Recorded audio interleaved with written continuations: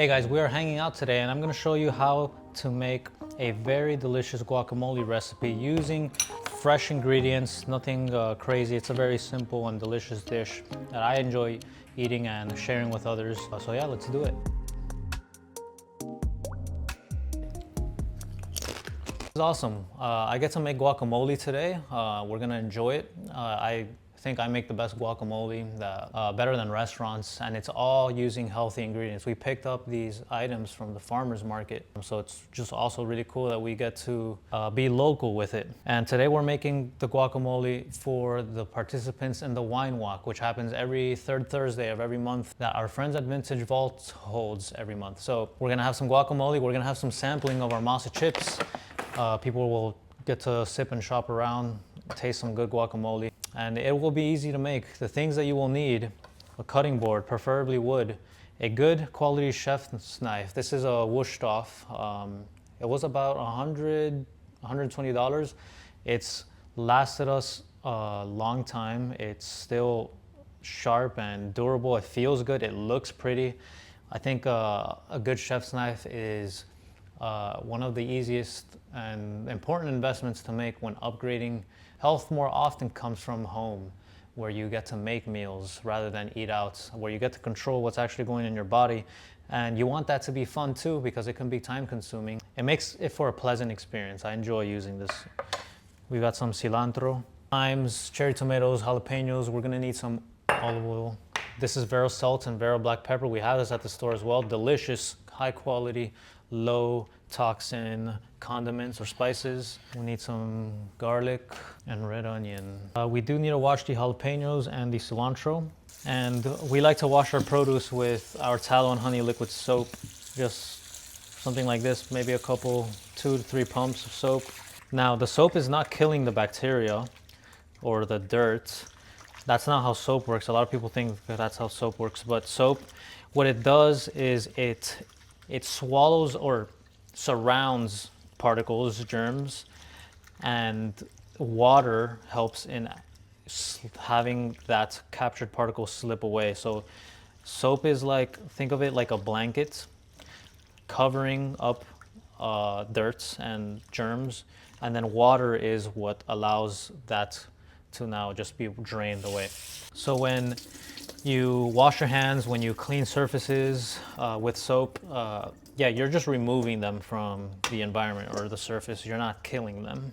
Garlic and onion will go in first, followed by the avocados. There are more delicate things like the cilantro and the tomatoes that we don't want to beat up and have their juices be released. So one of the more common objections to eating healthier that people would have is probably price. I think people are trying, when they envision eating healthier, maybe they're envisioning the highest quality foods, organic, grass-fed, and wild-caught.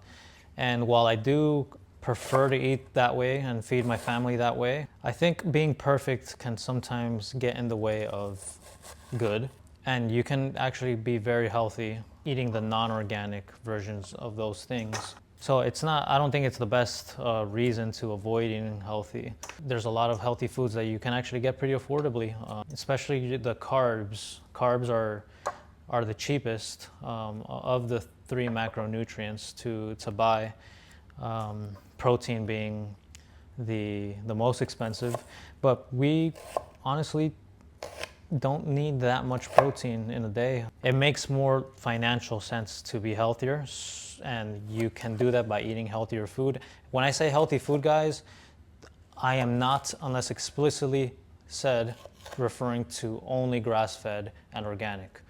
I mean, however, the food came from the earth and not much was done to that food in order to get to you, that is healthy.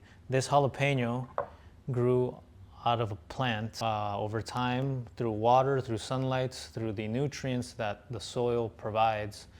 It bared fruit. This countertop is full of those kinds of examples: fruits and veggies, potatoes. I've always been drawn to health and fitness. However, I was not disciplined even when I first had interest in it.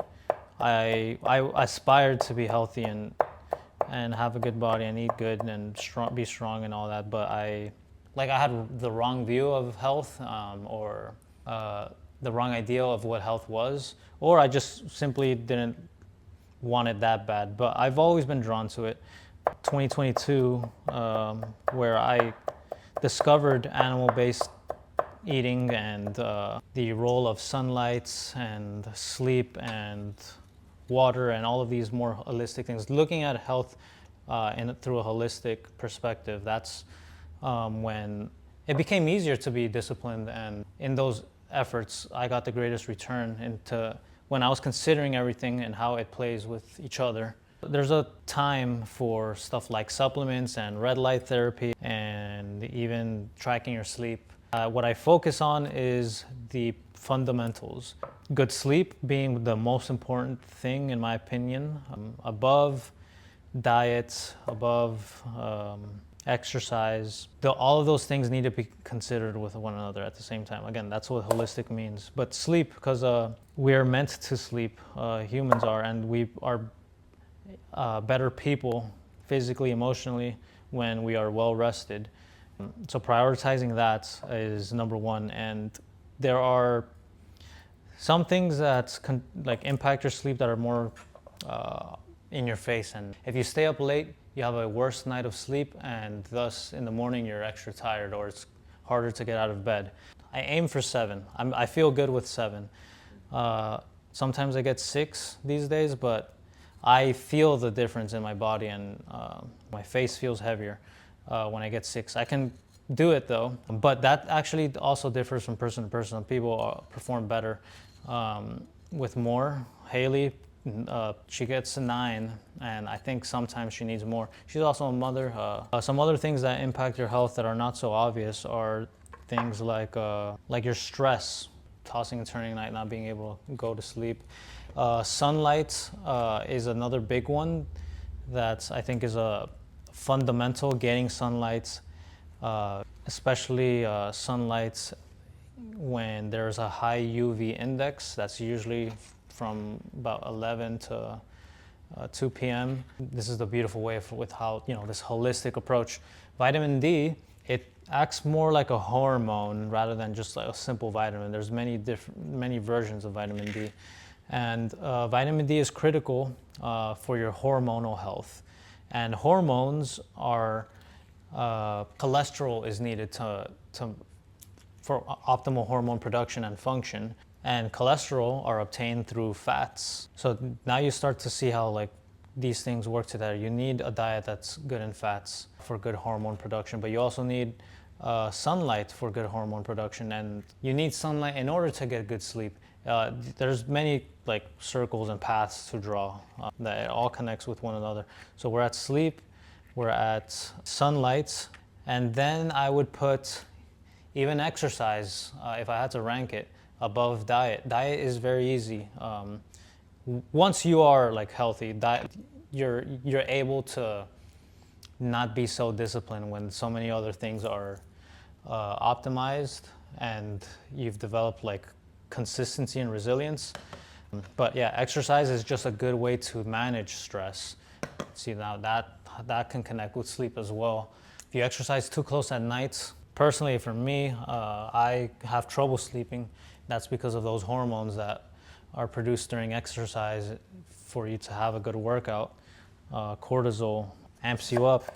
Endorphins feel makes you feel happy and kind of relaxed in some ways, but in other ways, it's actually that excitement is what kicks off a good set of an exercise. And all of that kind of too close to bedtime, it will keep me up later. So this board is a grocery store.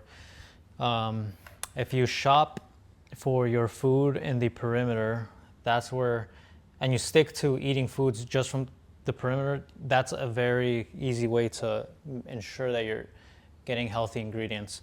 Because this is the produce and the veggies, and then you start to get to the meats, the seafood, and then you start to get to the eggs and cheese and dairy, and then everything in the middle is garbage. But guacamole, I know what I like. I know what makes it taste good. We got MASA chips, white corn. see. Needs another jalapeno. Very limey, because I know that I was gonna add more, so more avocado. We're still not there yet. What's your favorite of the MASA chips? My favorite of the MASA chips will be that one that's over there by the wine bottle. It is the churro flavor. I've only ever eaten it plain. I know some people put it on ice cream. Oh yeah.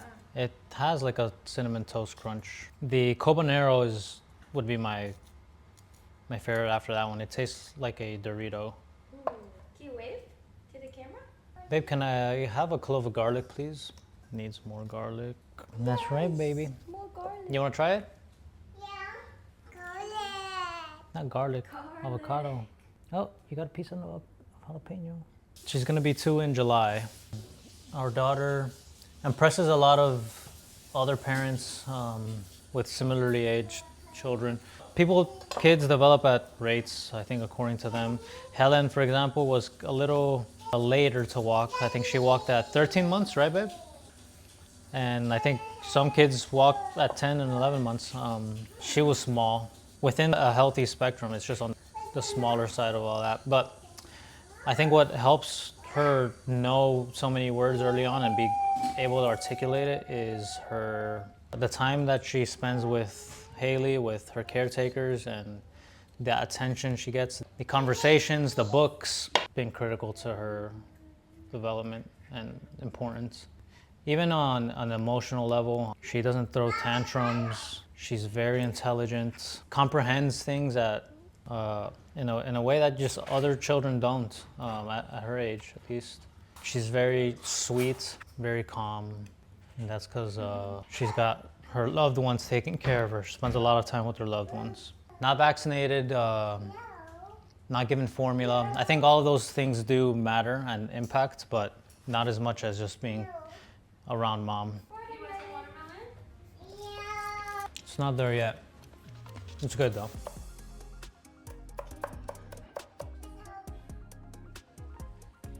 With these, you want to be gentle. You want to fold it like chocolate chips in cookie dough. Final touches and optimizations.